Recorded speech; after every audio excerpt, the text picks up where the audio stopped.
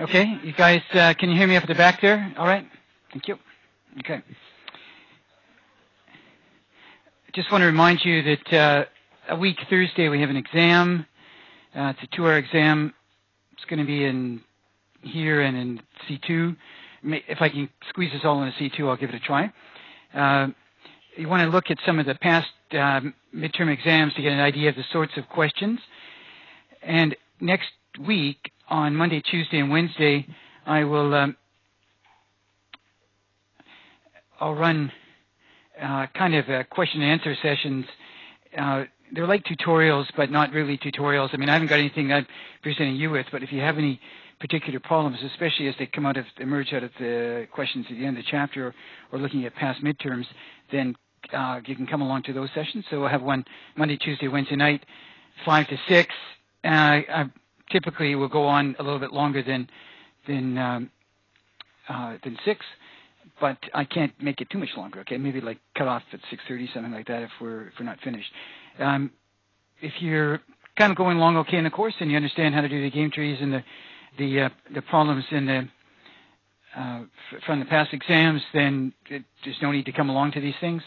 But if you do have any questions, then it's the time for you to come and get them sort of answered. Okay.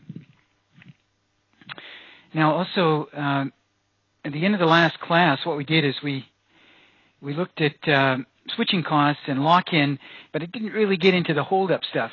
And I was thinking that I would spend 10 minutes and try and patch that stuff up, but I decided not to because I don't want to get too far behind. And so what I did is I put on the web about a 10-minute little kind of video clip.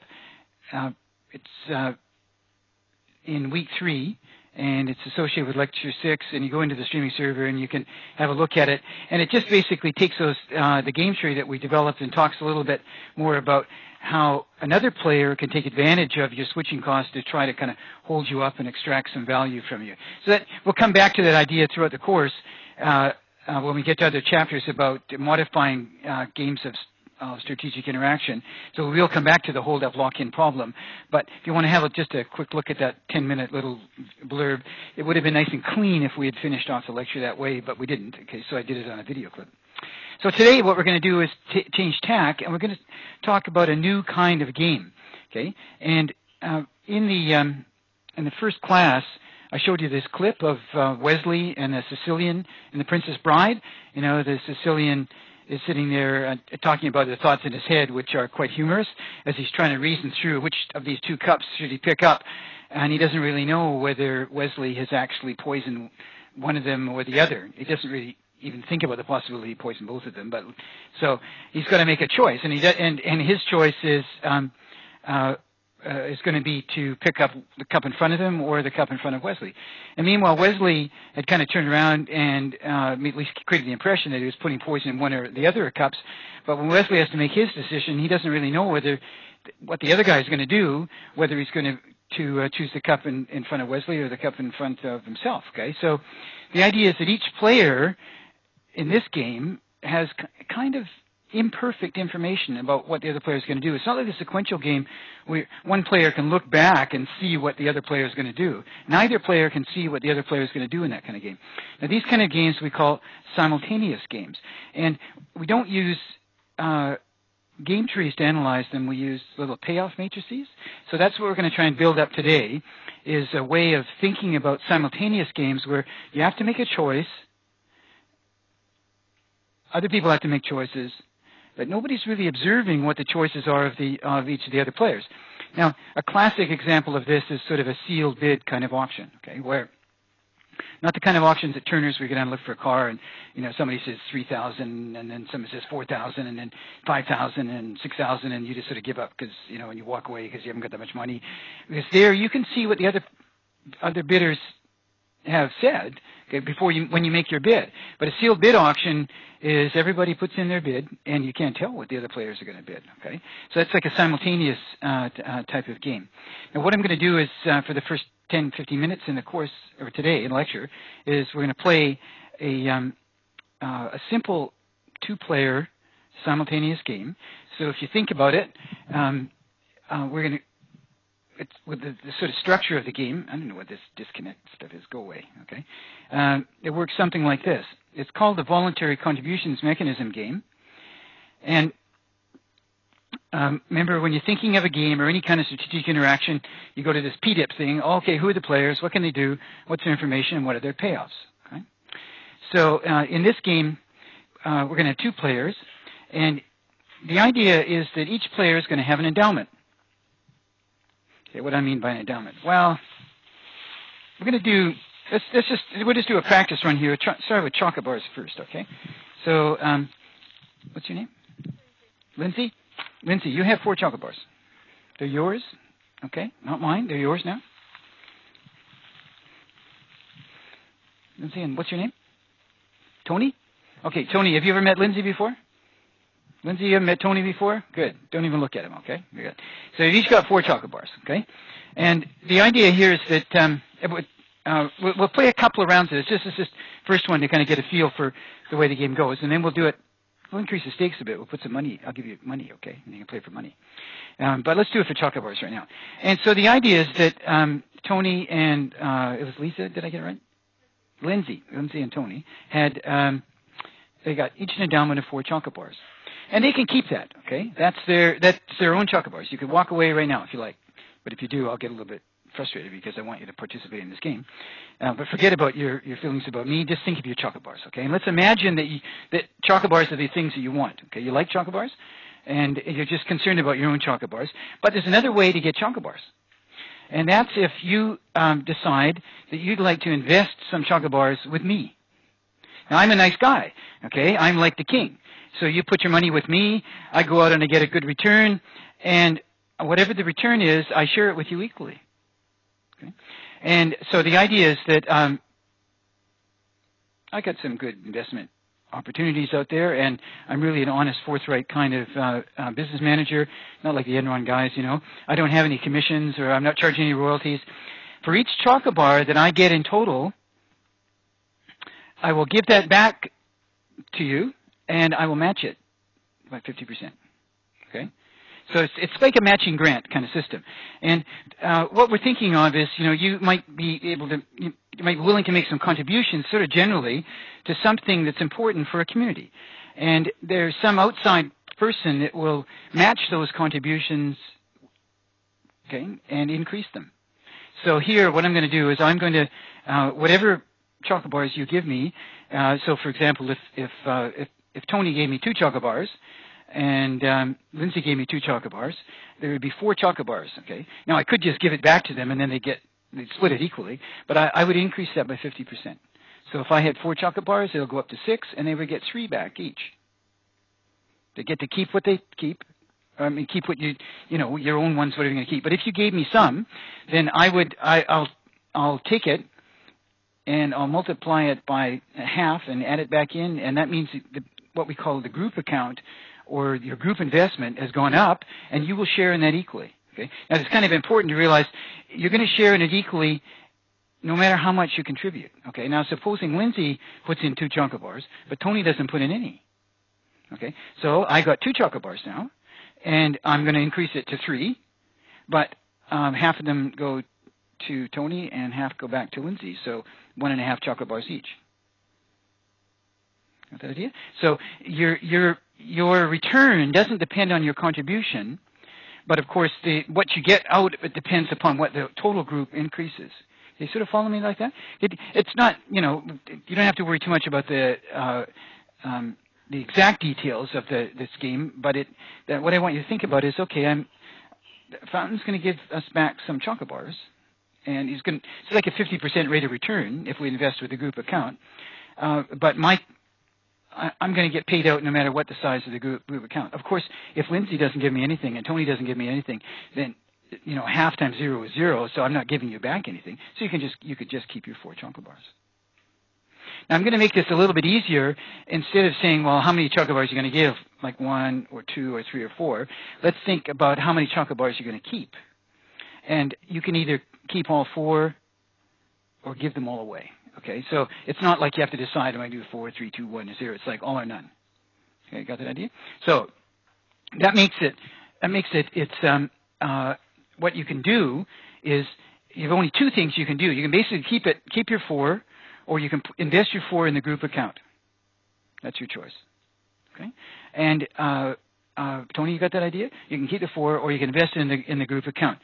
And what I'd like the rest of you to be thinking of as they're thinking of what to do is, well, the first thing is what you're going to do. Okay. So you're a red player or a blue player. Let's say Lindsay's a red player and Tony's a blue player. And then not only think about what you're going to do, you might think about what the other guy's going to do, okay? Because remember, Lindsay's sitting here thinking, okay, if I keep 4, I got 4 chocolate bars. And just imagine you want more chocolate bars and less, okay? And so, but if I give 4 away, how many are going to get back?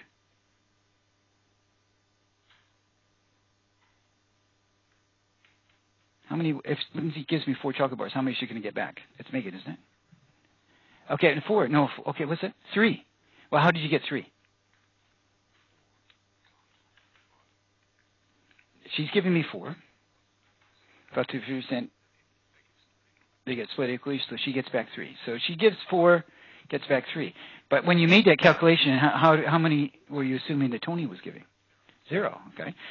So if Tony gives 0 and Megan gives 4, then Megan gets back 3. Thank you, Megan. Lindsay gets back 3. Okay. With me there? Okay, maybe we're just trying to think. Okay, what do you think now? So we're trying to, first we've got to figure out what your payoffs are going to be. So you're thinking about what you're going to do, okay? It's like, oh, it sort of depends, like, I mean, you seem to be holding your 4 chocolate bars, then you're going to get 4 for sure, no matter, well, actually, let's go through that again. Lindsay holds on to her 4 chocolate bars. She will have 4 chocolate bars, but she could have more, right? Because Tony could put 4 into the pot, in which case it would go up to 6, in which case she would get 3, so she would have 7. Okay. So Tony can sit over here and think, I can give 4 into the pot, get 3 back myself, and Megan will have 7. Or, I left Megan, sorry, Megan. Lindsay can have 7. Or Lindsay can think, okay, I could have 4 for myself, or I could put 4 in the pot, and if Tony doesn't put anything in the pot, I'm only going to get 3 back. But I give him, he'd have 7. Okay. But if he puts 4 in the pot, and I put 4 in the pot, then it's going up to 8. That goes up to 12 because something's going to match it with another 4. So we get 6 each. Okay, so we got 6s and 7s and 4s, 3s running around here in terms of your payoffs. Now, what is this? Go away.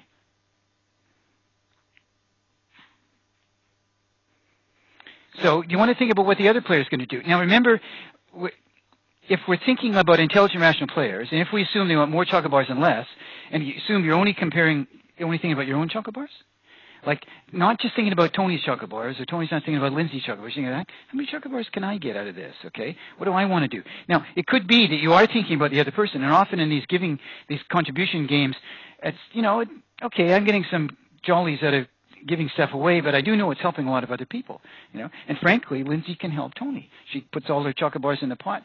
Tony's going to walk away with either 7 or 6, depending on how many he decides to put in the pot. So she can help him out. But just supposing you're thinking about it from your own standpoint, okay?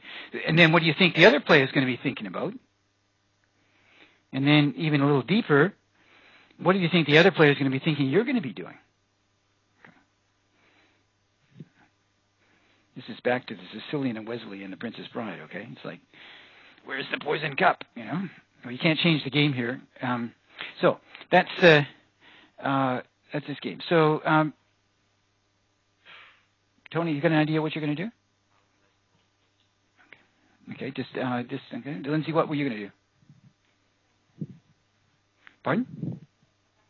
You're going to put them. You can keep them or put them in. Put them in. So you're going to put in 4 chocolate bars.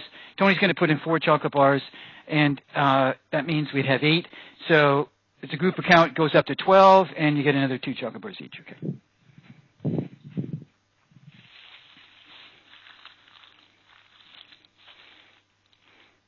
Okay, all your friends will love you, okay? You just give away all these chocolate bars after.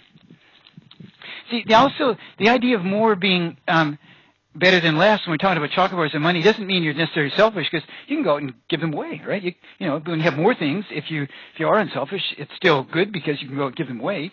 You know, you can be self-interested and want more is better than less, but it's just at the first step. The next step is, well, I'm going to share this with people that I care about. Okay. Okay. Well, let's do it. Let's do it again. So let's do it for money. Okay. I don't know if this is going to work. I did. Okay. You know, these things look like pennies, but they're really 10 cents, okay? They're really 10 cents. Pam, here's your, it's Pam, isn't it? Yeah, Pam is an endowment of 4. What's your name? Simon? Okay, Simon, you got 4?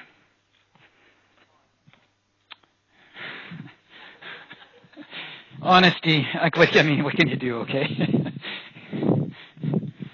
Simon and Pam. You guys up in the back never really get a chance, do you? What's your name? Ashley's got 4. How you doing? What's your name? Yon? Yon, Ashley, Pam. Who was the first guy? Did you hear it? How do you spell that, Yon? Okay, we got Yon and Ashley and Pam and Simon. Okay. Okay, so you don't know who you're going to be mixed up against here right now, but I want you to think, what are you going to do? You're going to put it in a group account, or are you going to keep it for yourself?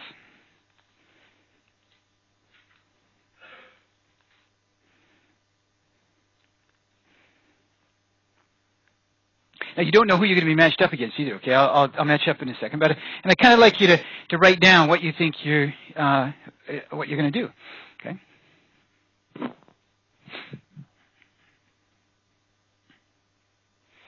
Again, the writing down is sort of, so as you hear what the other people do as I walk around, then you won't change your mind, right? You could change your mind, but we don't want that kind of game. That's a sequential game, because then you could see what the other person's going to do and make a choice. Here, we want to make it a simultaneous game.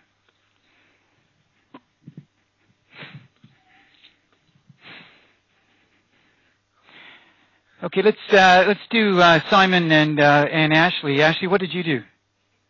You decided to keep it, okay? Simon?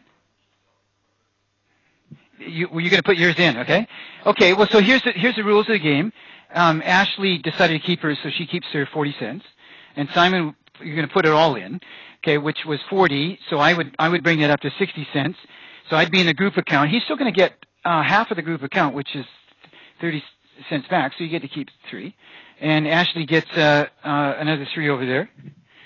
I could ask people to pass it over, and I wonder how many you'll get at the end, okay? It's like Chinese whispers, isn't it? You know, just...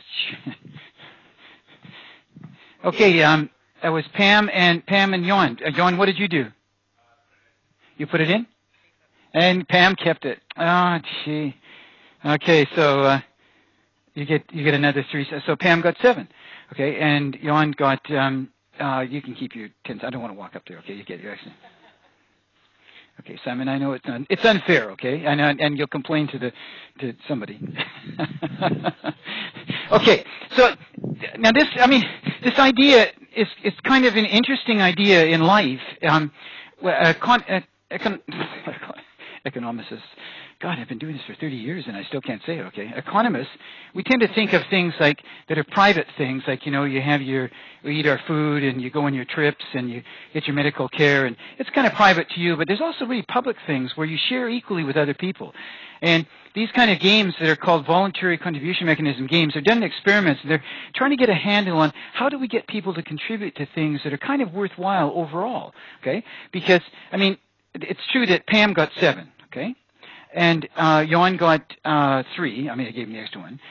But that's really only a total of 10, right? If they put all their money in the group account, the total return would have been 12. Okay, they could have split that equally, 6 and 6. Now Pam got 7 instead of 6, and Yon only got 3 instead of 6.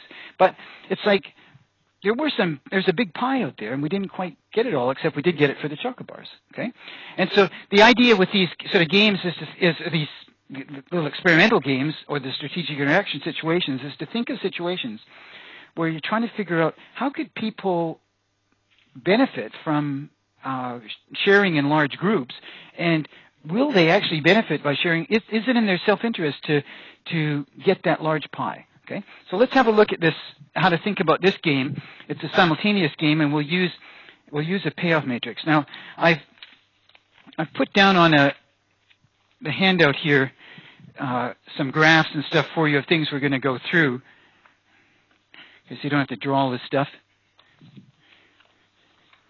Just take one and pass it back, if you would, please. Take one and pass it back. Don't count the calories, okay?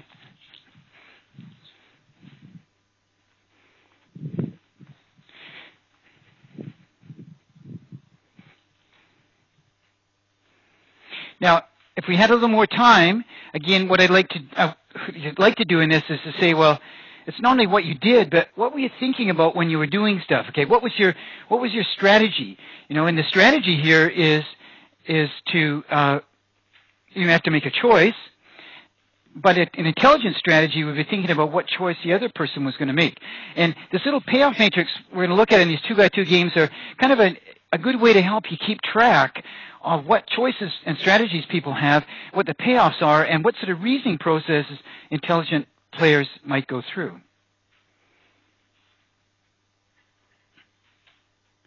Okay, so let's have a look at this,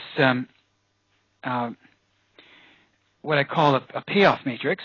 And what it is we have the red player, which can put nothing into the group account, that is, keep it all themselves, or they can give it all away. Okay, and the blue player can as well give none away or keep it all themselves, and or give everything away. Okay, so those are the two choices. And what we're going to do in the 4 cells that match those up is look at the payoffs that each of the players get. Now, usually to figure out the payoffs, here we're thinking of the payoffs as money, or the payoffs as chocobors, so that's one-dimensional thing. And we're thinking of the payoff as, okay, for the people as, I'm only interested in that one-dimensional thing I'm getting out of this, which in this case, let's assume it's money, okay?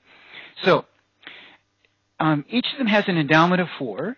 If neither of them give anything into the group account, then there's 0 in the group account, and so there's no investment return on that, which they can both equally share in. So the red player gets 4 and the blue player gets 4, okay? Let's look at the situation where they each give it all away. They give it all away. So the idea is $4 comes to me, $4 comes to me, that makes 8. I take 50% of 8, which is 4, added on to the 8 brings 12, divided by 2, that's 6 each, okay? So that's where I get these numbers here, 6 and 6. Okay. Let's look at the corner cells.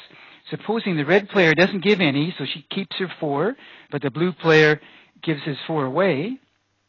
Then there's 4 in the group account. It goes up to 6 because I'm matching it by 50%. It gets split equally, so that's 3 and 3. So 4 plus 3 is 7 for the red player, and the blue player gets 3. Okay? And similarly, the 3 and 7 over there. Right? So we're taking the rules of the game, and we're figuring out what the payoffs are. Now, we're going to introduce another kind of idea here, and that's called best response sort of reasoning. And it goes something like this. I'm going to use a little X, a blue X, to mark the best response of the blue player, and a red naught or 0 to mark the best response of the, what did I say? The blue X's are for the blue player, the red naughts are for the red player. It's sort of like noughts and crosses. And it goes something like this. Supposing I'm the blue player and I'm trying to think about this game, okay? And I'm sitting there, I don't know what the other player is going to do, but I can think about it. So what I do is I think about it by imagining first what would happen if they give none. They don't give any, okay? Then if they don't give any, then if I give it nothing, then I'm going to get 4, and if I give it all away, I'm going to get 3, okay? So I'm comparing these two numbers. Let me just get rid of that. Get a little hand here. I'm comparing these two numbers, 4 versus 3. 4 is higher than 3, so my strategy or my choice, my best response to their giving none, if I'm only interested in chocobars and only into my own income out of this, is that to give none, because I can get 4 rather than 3. Okay, so I put a little X here to just mark the cell that tells me my best response as a blue player to the red's choice of giving none. Okay, now let's do the same thing. If we assume that the red player gave everything away. Well, if the red player gives everything away, then I'm the blue player. I can either give none or give it all. And if I give none away, we figured out I'm going to get 7. But if I give it all away, I'm only going to get 6.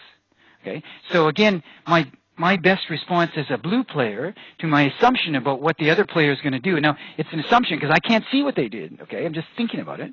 Okay. So the idea is in my head, I'm making these little logical assumptions. And suppose they give everything away, then if they put everything into the group account, then if I keep my own stuff, I'm going to get 7. If I give it all away, I'm only going to get 6. 7 is better than 6, so that's my best response. Okay. And these two X's line up with one another, and what they give rise to is a concept called a dominant strategy. Okay, so there's a strategy for the blue player which is best for them no matter what the red player does. Okay, that's what a dominant strategy is. And it's sort of in life, you kind of think, look, if I've got a thing that's best for me no matter what everybody else does, I'm probably likely to play that. Okay, now you might make some, in this game, you might say, well, what if the payoffs were different? True. Okay, but we're just saying with these payoffs, okay, giving none is a dominant strategy. It's better for the blue player no matter what the other player does. Okay, if the other player doesn't give any, giving none is the best. If the other player, the red player, gives it all away, giving none is the best. So giving none is a dominant strategy. Okay.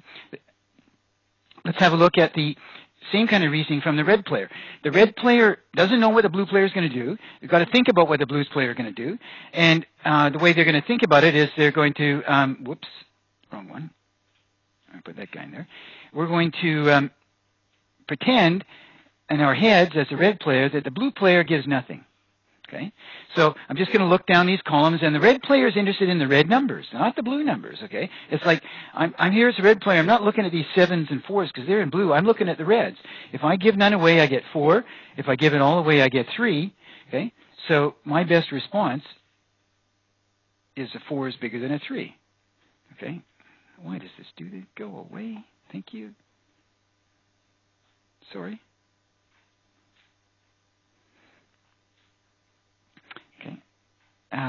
Let me say that again.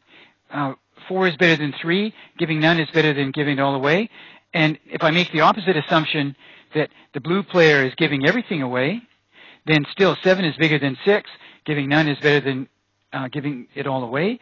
So I put a little knot up there, and let's look at the resulting little diagram. I've got a dominant strategy for the red player. Okay, the knots here are all lining up across a particular row, the give none row. So this strategy for the red player, give none, is better than the strategy of giving everything, because no matter what the other guy does, it gives a higher payoff. Okay, so it's a dominant strategy. Now, in this theory of games, we think people are intelligent, and I'm the red player. I've got a dominant strategy. I can see what the blue player is going to do. They've got a dominant strategy. So when Lindsay's figuring out what Tony's going to do, if Tony really only is interested in his own chocolate bars, he's got a dominant strategy of giving none to the group account, because no matter what she does, it's his best strategy. So she should predict that he's not going to give anything. And similarly, Tony could turn around and try to predict what Lindsay's going to do. I mean, they did give everything. I'm not saying that that's what happened. And often in these games, people do contribute more than what the theory predicts. But in terms of reasoning through what you expect the other player to do, you'd say, well, they've got a dominant strategy of not giving anything to this group account. Okay, if they don't give anything, that's what I predict them to do. What's my best response? Well, if the blue player predicts the other player is going to give none, then they should give none. And if the red player predicts the blue player is going to give none, then they should give none. And we're going to end up here.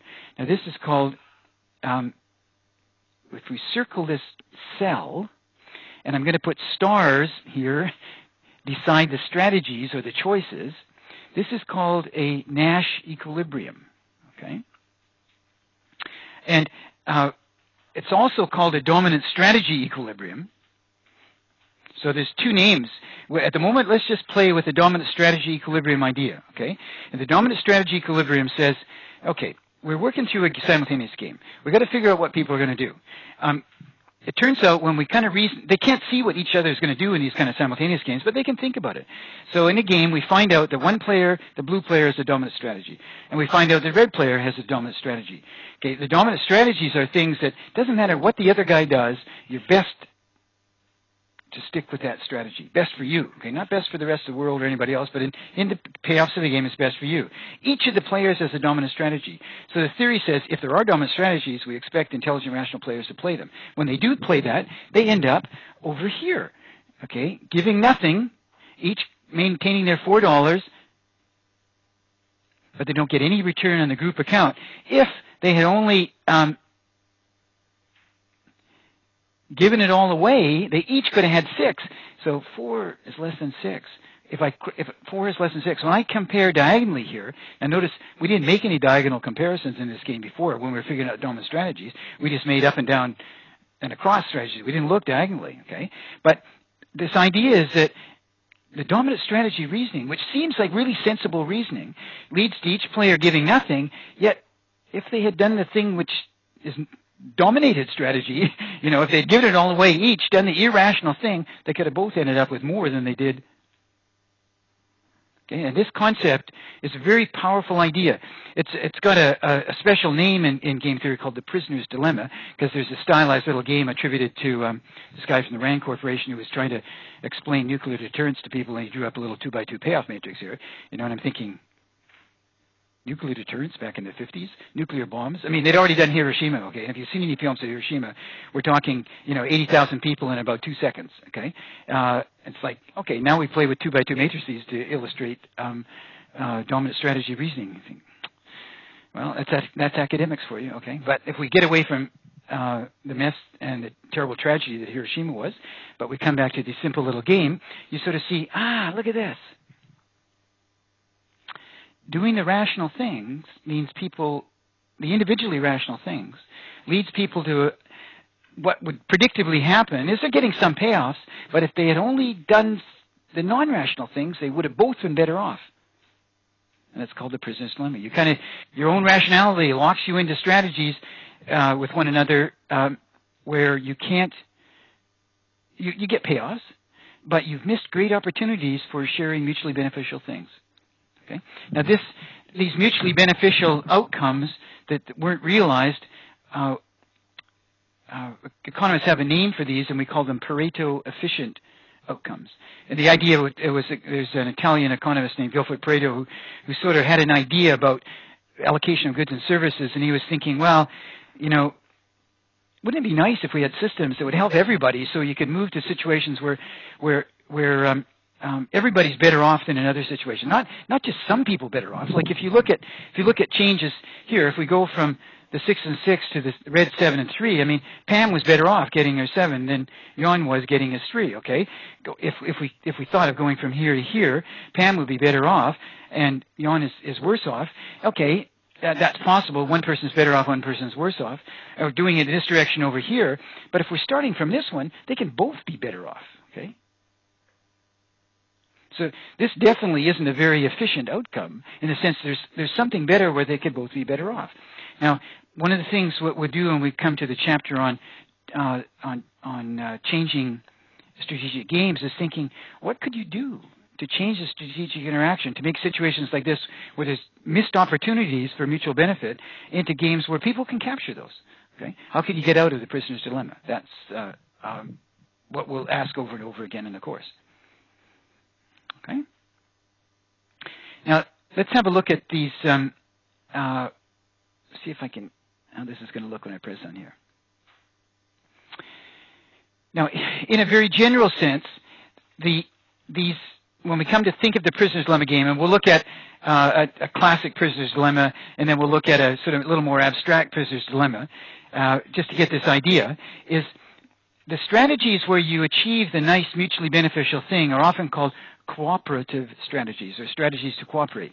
Now, it's a little bit unusual, because if you remember in one of the 6 questions that I asked you to memorize for the exam, one of the questions is a cooperative or non-cooperative game. And the idea of cooperation was whether contracts could be enforced or not. Okay? So the idea here would be if Tony and Lindsay could have gotten together and made an agreement, which they didn't do. Implicitly they arrived at the right thing. But if Pam and Jan had been able to get together and make an agreement, they might have gone for the larger total pie. Okay, because the pie with Pam and Jan was only 10. The pie with the giving away is worth 12.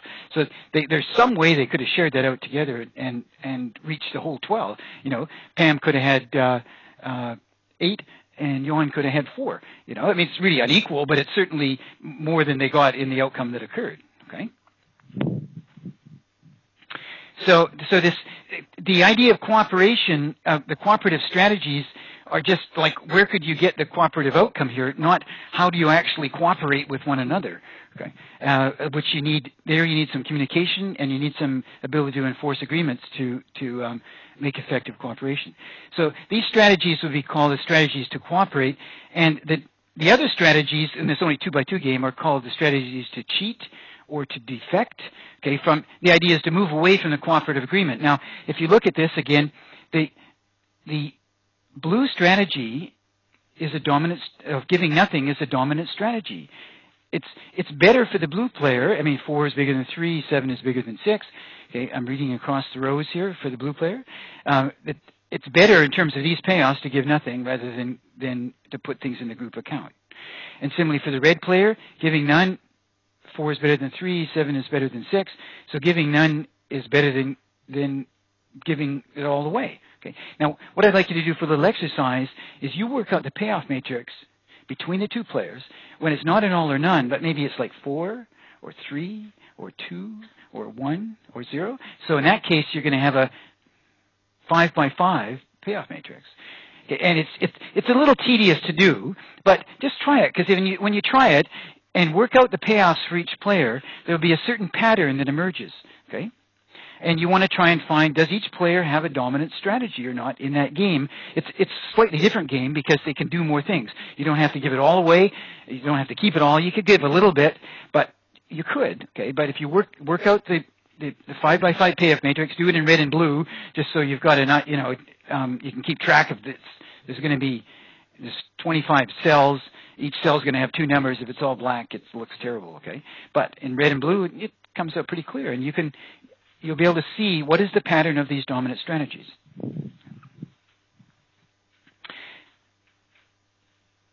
Just before we leave that, any questions about those concepts, this idea of the voluntary contributions game, what it led to?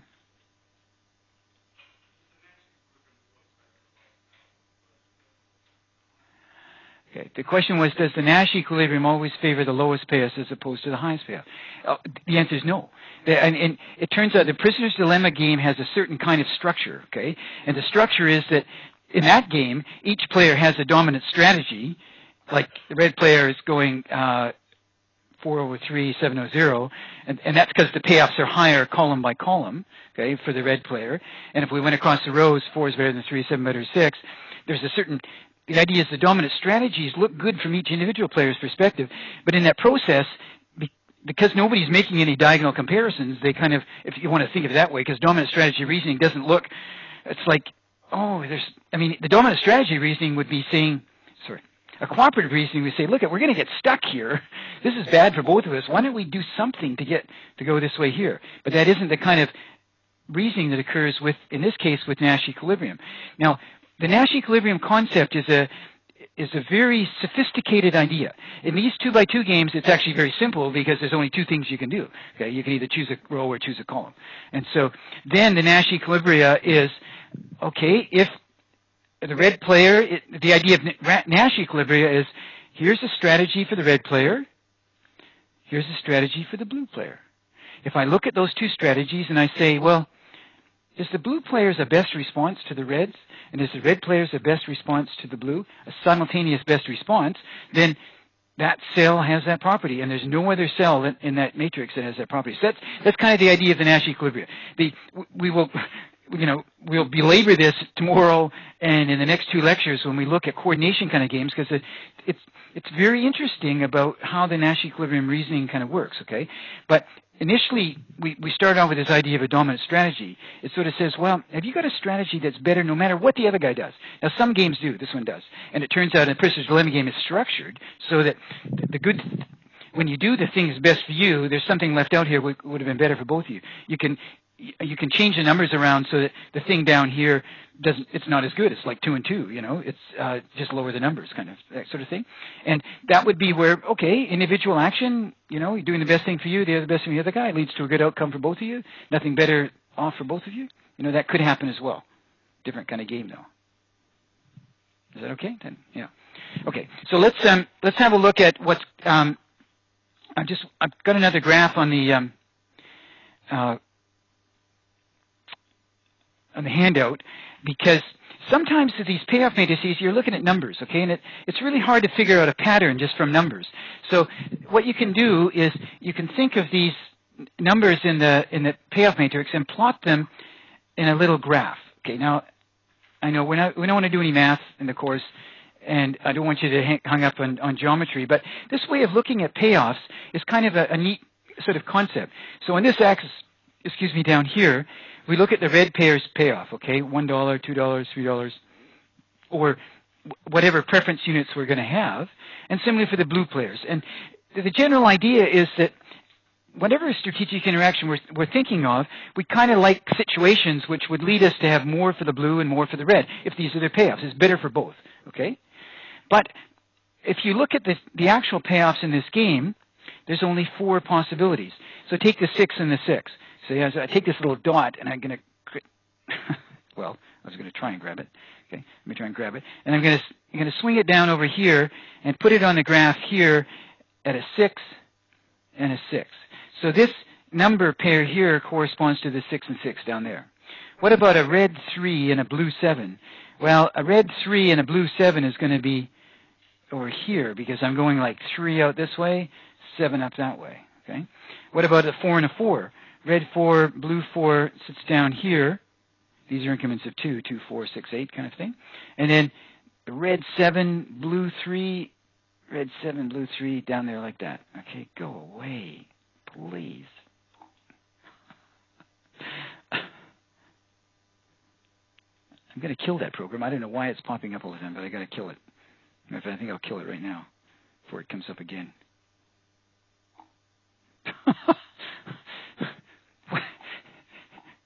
Please. I didn't do anything wrong, did I?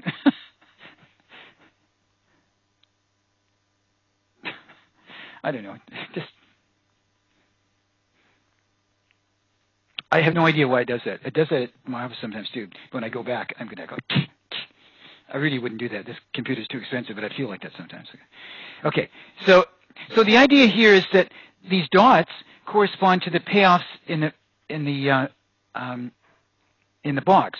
But you can sort of think, well, look, at 6 and 6 is 12. If I kind of do a straight line through all of the points that add up to 12, I get a line like this. That's like big payoffs, okay? Big payoffs in total. So sometimes you want to, when you're thinking of the payoffs, if it's income or a one-dimensional sort of thing, you might want to just add it up and say, well, how much are we getting in total here? Well, there's one kind of strategic interaction that leads to a line where the total is 12. There's 2 other kind that leads to a line where the total is 10. And there's one kind, which is the kind we predict, where the total is only 8. And that's kind of another way of thinking of the prisoner's dilemma, is somehow individually rational behavior, playing these dominant strategies, which seems to make sense as an individual, leads the group with the total that's kind of much smaller than they could have had. Okay. Now, the bigger total could have been distributed quite unequally. You know, Pam was getting her 8, and John was only getting his 3, and the same with Ashley and Simon. Or it could have been even a bigger total and distributed equally in this particular game. Okay. So sometimes looking at it in a graphical way, it just gives you the possibilities. It doesn't really tell you strategically what to do, but it does say, hey, there's some missed opportunities here for mutual benefit that we could have had. Okay. Now, let's have a look at what I call a classic prisoner's dilemma. The classic prisoner's dilemma goes something like this. There are two prisoners, and this was, I've forgotten the guy's name who was in the Rand Corporation who did this, but there were two prisoners, red and blue. They're interrogated separately in separate rooms, and if they both confess, each is going to be sentenced to 8 years in prison. Okay. But if both deny their involvement, then each is going to be only convicted on a lesser charge and only sentenced to 1 year in prison. So 1 is better than 8, okay? Remember, here lower numbers are going to be better than higher numbers. You know, being in prison is not a good thing, just to remind you. Here, lower numbers are better than higher numbers. But if one confesses while the other denies, the one who confesses is let off with no prison sentence while the other guy gets the book thrown at him and gets 10 years in jail, okay? Now again, as a little homework exercise, what I'd like you to do is take this standard prisoner's dilemma and write down a little 2x2 payoff matrix and then try your best response analysis. When you do this, and I'm deliberately asking you to do it this way, is that, remember, smaller numbers are better here, not large numbers. A couple of lectures ago I said to you, whenever you see payoff numbers, always ask, what do the numbers mean? Here, the years are numbers in jail. That is a bad thing, in case you don't know, okay? So we're going to treat it as a bad thing. And so you take this kind of text, and you want to translate it into a little 2x2 game. I'm not going to do that. What I'm going to do is I'm going to jump up to a, because I want you to do that as a homework exercise. Might even be a useful little thing for the exam, okay? Now, I put up here our voluntary contributions mechanism game, and down here I put the general idea of cooperative versus defecting kind of strategies. And one way to think about the payoff structure in a general prisoner's dilemma is to think, okay, if they both do the non-cooperative thing, they both defect, the red player is going to get a payoff of A, the blue player is going to get a payoff of B. There is nothing special about A and B. They're just kind of remind us that, you know, think of them as red payoffs.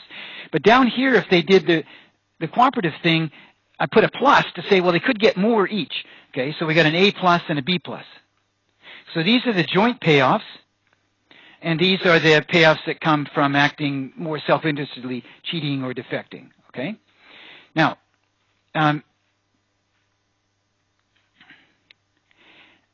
there's a payoff you can think of as the temptation. And it runs like this. It says, well, look, if we're both cooperating, and I'm the red player, and I'm assuming the other guy's cooperating, what if I defected? Okay, I just make a little change here. I'm just going to kind of investigate it in my head. I know it's immoral to do these non-cooperative things. I really love my sister. I really love my brother, but I want more, okay? So it's like, you know, here's the cooperative thing, and just thinking, well, if the other guy continues to cooperate, what's in it for me if I was to kind of defect? Okay, I mean, please. This is not Sunday school. You can think about it, okay? And strategic thinking is you got to think about the devious things, okay? I mean, there are devious things that will happen. If you just think about the nice things, you're not going to do well in strategic life, okay? Much less redesigning things so people can get nice things. Now, so what we have here is we want to put a sort of an incentive, a temptation, okay? So that's, we'll put an A plus up there. Now, there's another type of payoff we can think about, and that's if we're both defecting, we're both cheating, okay, like this. If I do the cooperative thing, I'm a real nice guy, well, I mean, this is all in your head, right, because you can't really see what the other person's going to do and change your mind. Now, that's a different game, okay, because that's a sequential game. If you had, you know, you saw the other person defecting and you cooperated, and then you get to change your mind, well, it's kind of a sequential game with sort of some prisoner's dilemma payoffs. That's a different game though, and particularly has different information because you can observe what the other person's going to do before you have to make your choice. Here you can't do that. With these games where they're simultaneous games, if everybody's defecting and you cooperate, you're a sucker. So we put a minus sign, you're going to lose. Okay, and so that's the direction there. In the language of this prisoner's dilemma thing, there's generally some payoffs that people can get from cheating, or defecting, or acting non-cooperatively, or acting self-interestedly. But if everybody else is acting self-interestedly, or cheating, or defecting, and you do the nice thing, you're a sucker. Okay? On the other hand, you can look at it from the cooperative standpoint. Everybody's being nice, they're cooperating, this is great. And then if you cooperate, you can even do, if you defect, you can even do better. Okay? Now, while you're doing better, the other guy's going to be doing worse. Okay? And so you'd want to fill in the rest of these cells something like this. And this is what I've just plunk these numbers in here for you like this. Okay, so if we're sitting down here, everybody's cooperating. The red guy is tempted to get this payoff, this big double plus guy. Notice that the blue guy is going down. Okay, he was getting a nice cooperative payoff, but now he's getting a worse payoff than he even had if he defected. Okay, and similarly down over here from the defect idea, if you take the sucker strategy, you're going to really improve the payoff from the other guy if he's already defecting. Okay, if you act like a sucker in a situation where everybody's cheating. Okay, and that's another kind of language that used to describe this prisoner's dilemma. So you think of the reasoning process as starting from if both defect, why would anyone want to cooperate? Or if both are cooperating, what's the temptation to defect? Okay. So let's close it off there, and tomorrow we'll come back and we're going to look at games, simultaneous games where players don't have, at least one player doesn't have a dominant strategy, and figure out a way of reasoning or thinking about those games to see if we can come up with a predictable outcome.